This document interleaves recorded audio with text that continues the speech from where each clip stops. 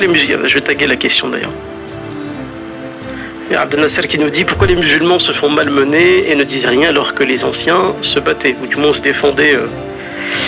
Parce que nos anciens, en fait, ils n'avaient pas grand-chose.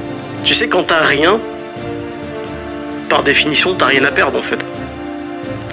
Par contre, nous, aujourd'hui, il faut dire la vérité, et c'est d'ailleurs pas le cas simplement des musulmans, mais c'est même pour le coup des Français tout court. Ça, d'ailleurs, tout à l'heure, je parlais de la lâcheté des Français, le Français lambda, et j'inclus aussi une bonne partie des musulmans dans ces Français lambda.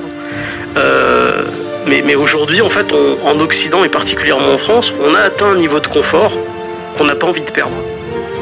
Il y a des gens, je vous le dis, hein, il y a des gens extrêmement courageux qui se disent « Attends, là, je vis bien, l'argent, elle rentre, je mange à ma faim, j'ai tout ce que je veux, j'ai de belles sapes, j'ai de beaux meubles, j'ai un appartement qui claque, Qu'est-ce que je vais perdre tout ça à me plaindre sur internet ou sortir dehors dans une manif ou... »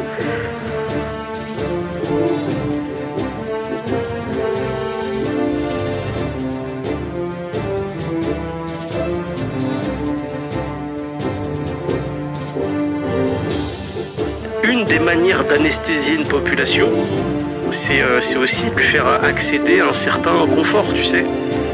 Et à la fin, on lui dit, écoute, si la politique elle change ou si vous faites trop les kékés, bah, tout ça tu vas le perdre. Il y a des gens qui se posent la question. Donc aujourd'hui, je pense que oui, il y a des musulmans qui ont la trouille, ça c'est sûr et certain. C'est-à-dire des gens qui sont pas courageux.